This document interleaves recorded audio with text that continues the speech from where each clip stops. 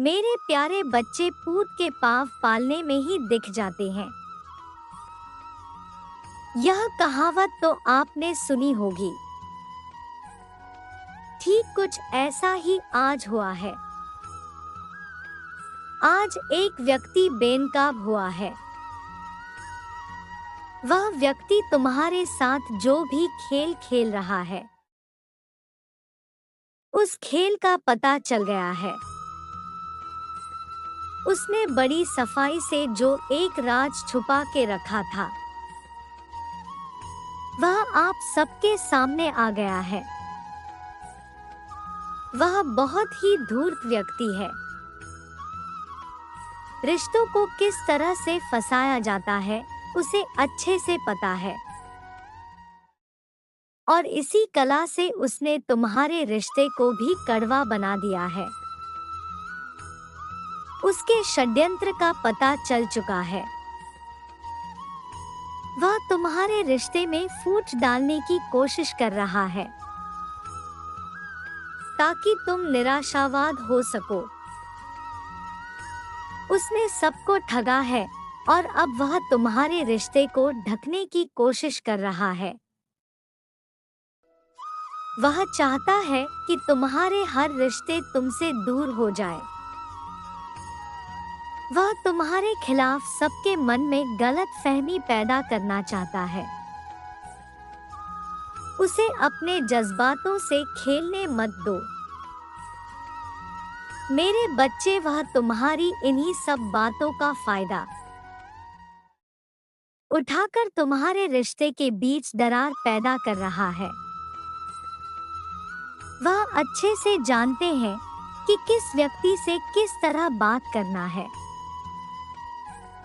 और सबकी मनोस्थिति को समझते हुए वह अपनी चाल को अंजाम दे रहा है। ऐसी बीमार मनोस्थिति वाले व्यक्ति से दूर होने की आवश्यकता है। तुम जिन भी लोगों को अपनी सफाई देते हो, वह तुम्हें अनसुना कर देते हैं। मन से तुम बहुत ही निर्मल व्यक्ति हो। दूसरे चाहे कितने भी गलतियां करे, तुम हर बार उन्हें माफ कर देते हो। इस बार भी तुमने कुछ ऐसा ही किया है, लेकिन वह तुम्हारी इस माफी के लायक नहीं है। वह कल फिर से ऐसी कोई कोशिश करेगा और तुम्हारे रिश्ते में दरार लाने की कोशिश करेगा। अब तुम्हें निर्मल नहीं रहना है, बल्कि सख्त बनना है। तुम्हें उस दुष्ट व्यक्ति को अपना जवाब भेजना है। तुम्हें उसे बताना है कि तुम दुर्बल नहीं हो। वह तो तुम्हारी अच्छी नियत थी, इसलिए तुम इतने समय तक चुप रहे। लेकिन अब पानी तुम्हारे सर से पार जा चुका है, और अब तुम ये दिखाओगे कि उसने क्या गलतियां की है। अब अपने जवाब में तुम क्रूर बन के दिखाओगे और उसे बताओगे कि जो काम वह कर रहा है, उससे उसका भला नहीं होने वाला। नकारात्मक में पलने वाला व्यक्ति कभी भी सकारात्मक नहीं हो सकता।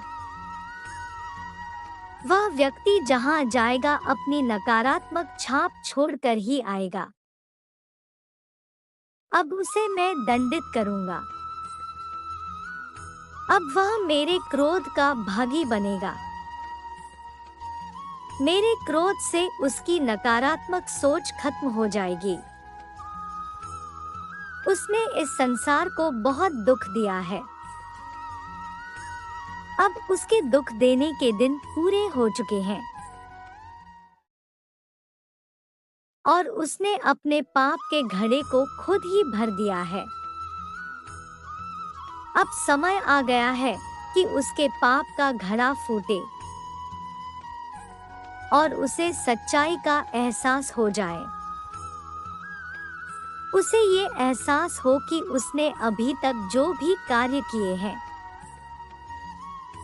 वह कितने बुरे थे, उसने कितनों की गृहस्थी बर्बाद कर दी। अब उसे पश्चाताप के आंसू नसीब होंगे, वह दिन रात रोएगा और अपनी करनी के लिए माफी मांगेगा। लेकिन जब तक वह अपनी सजा को पूरा नहीं कर लेता तब तक उसे शांति नहीं मिलेगी। अब तुम उसकी चिंता मुझ पर छोड़ दो। आज के बाद तुम अपने जीवन में केवल सकारात्मक सोच रखोगे, नकारात्मक नहीं। अपनी शक्तियों पर ध्यान दोगे, अपने गुणों पर ध्यान दोगे। अपनी क्षमता को और बढ़ाने का प्रयास करोगे। अब तक जितना भी परिश्रम कर रहे थे उससे दुगनी परिश्रम करोगे, खुश होकर करोगे। यह सोचकर कि बस अब मुझे मेरी मंजिल प्राप्त होने वाली है। कुछ ही दिनों की बात है, फिर देखना मेरे बच्चे कि तुम कितने शीघ्र उस सुख शांति और सफलता को प्राप्त करोगे जिसके लिए तुम इतने दिनों से परेशान थे। तुम्हें इस संसार को बहुत कुछ सिखाया है मेरे बच्चे, जिसके लिए तुम्हारा साफ मन होना बहुत आवश्यक है। तुम्हें शीघ्रता से अपने ऊपर काम करना है और अपने आप को निपुण बनाना है। तुम सबका कल्याण कर पाओगे, बहुत जल्द तुम्हें एक अवसर प्राप्त होगा। मेरा आशीर्वाद सदैव तुम्हारे साथ है मेरे बच्चे, तुम अपने मंजिल के शिखर तक अवश्य पहुंच जाओगे। महादेव का साथ पाने के लिए कमेंट बॉक्स में 5555 टाइप करो।